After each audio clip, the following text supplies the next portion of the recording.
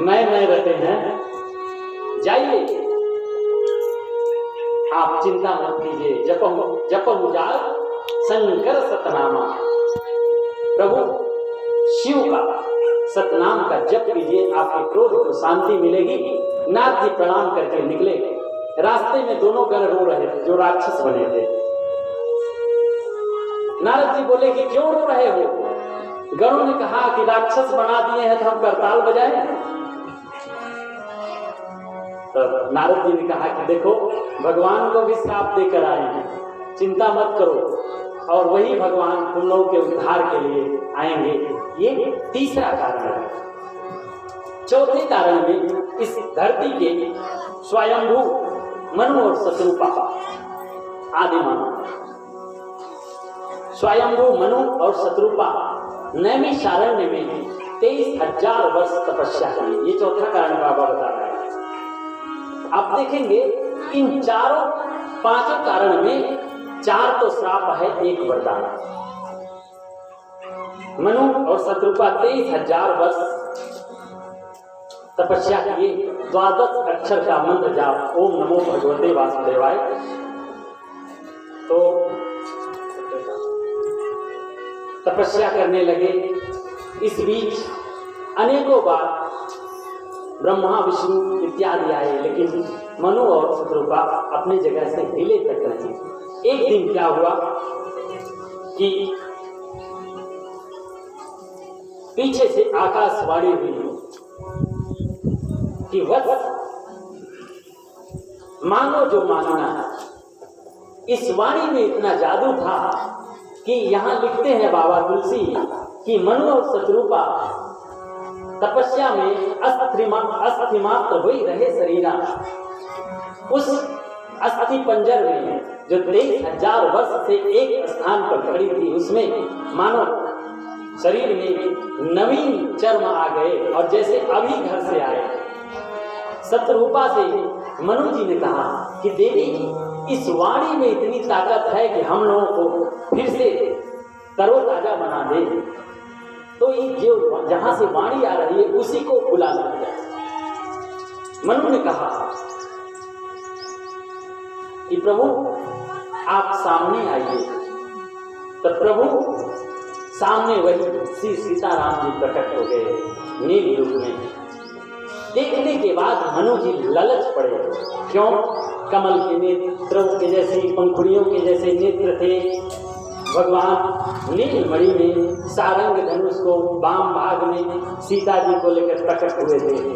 अब मनु जी धीरे से शत्रुपा से कह रहे हैं कि देवी, ये इन्हीं को मान लिया जाए क्या? तो फिर कहते हैं कि नहीं, इनको मांगेंगे तो थोड़ा देर में चले जाएंगे। फिर विचार किए कि इन्हें बाल रूप में मांगते थे। अच्छा, अब यहां मनु जी के साथ एक दुविधा घटित हो गई।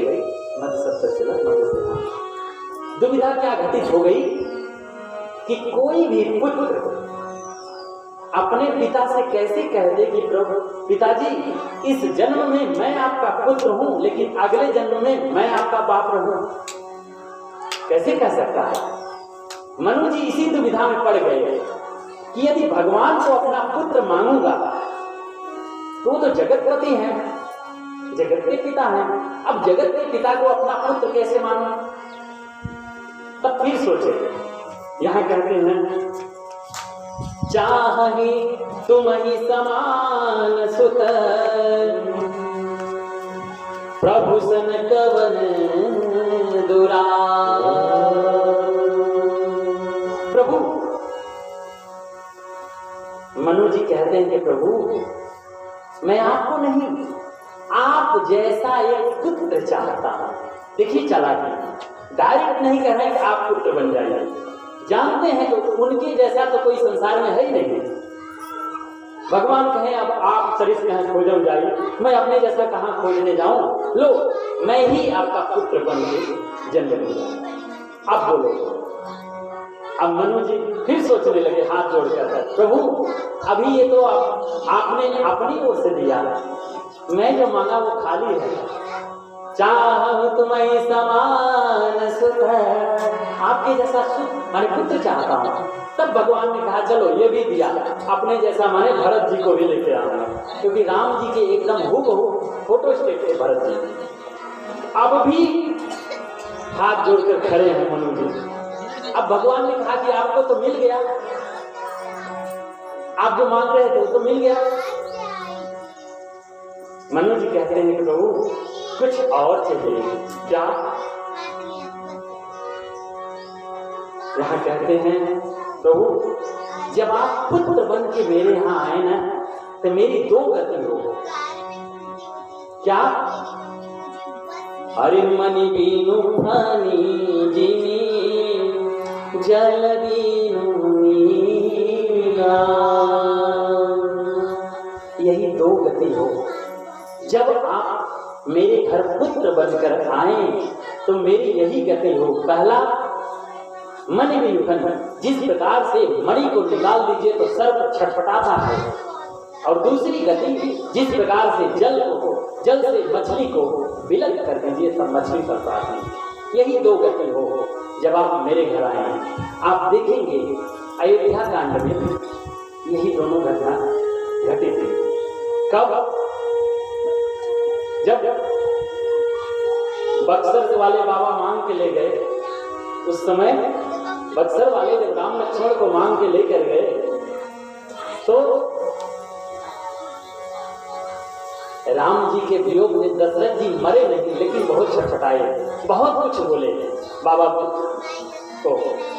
ये हुआ मणि बीनु भानी। और दूसरी गति कब हुई?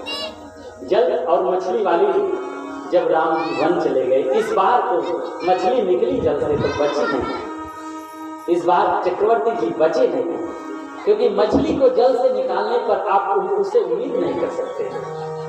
यही कारण है कि अयोध्या में सब उत्पात हुआ, लेकिन जो घटना चक्रवर्ती नरेश के साथ हुई वो और किसी के साथ नहीं हुई, क्योंकि वो पहले ही मान लिए थे। अब जब यह बात हुई तब भगवान ने शत्रुपा मैया की ओर इशारा करके कहा कि देवी आप भी कुछ मांगिए। शत्रुपा मैया ने तुरंत टोका, भगवान अब आप मुझे देवी नहीं कह सकते, आप वचन दे रहे हैं मैं आपका पुत्र होऊंगा, तो अब मां बुलाइए। तब कहते हैं मां कुछ मांगे। तब शत्रुपा मैया ने कहा कि जो मेरे पतिदेव मांगे इतना ही दे दीजिए, और देना है एक बात क्या, जो मति गति भक्त की होती है भगवान के साथ वही है। आप देखेंगे कौशल्या मां को भगवान ने 3 बार विराट स्वरूप दिखाया। संभवतः आज भी भगवान की इच्छा से ये प्रसंग आएगा। ये चौथा कारण हुआ भगवान के अवतार का। 5वां कारण भगवान के अवतार से पूर्व रावण के जन्म की कथा, रावण के अवतार की कथा। कहते हैं कि एक बार सत्यकेतु नरेश का पुत्र प्रताप भानु, जो वेद और शास्त्रों में जितने भी यज्ञ बताए गए हैं उसको एक बार में 1000 बार करने वाला प्रताप भानु एक बार कुसंग में पड़ गया तो उसे रावण बनना पड़ा। संत महात्माओं का चिंतन है कि जीवन में सत्संग मिले अच्छी बात है, लेकिन न मिले तो कुसंग मत करें। परिणाम प्रताप भानु बहुत प्रतापी राजा था, लेकिन एक बार कपटी मुनि का संग लग गया, जिसके फलस्वरूप उसे रावण बनना पड़ा। ब्राह्मणों का श्राप लगा। कथा को थोड़ा हम संक्षिप्त करते हैं क्योंकि हमारी यात्रा थोड़ा और आगे तक है। यहाँ धोखे से प्रताप भानु से मिलकर एक कपटी मुनि ने ब्राह्मणों को मांस का भोजन कराने के लिए आमंत्रित किया। जो ही मांस परोसा गया, ऊपर से आकाशवाणी हुई, ब्राह्मण उठे और श्राप दे दिए, जाओ तुम कुल सहित राक्षस बन जाओ। राक्षस जब बन गया तो वही प्रताप भानु रावण बना। उसका छोटा भाई अरिमर्दन कुंभकर्ण और उसका एक मंत्री था धर्मरुचि, वो विभीषण बना।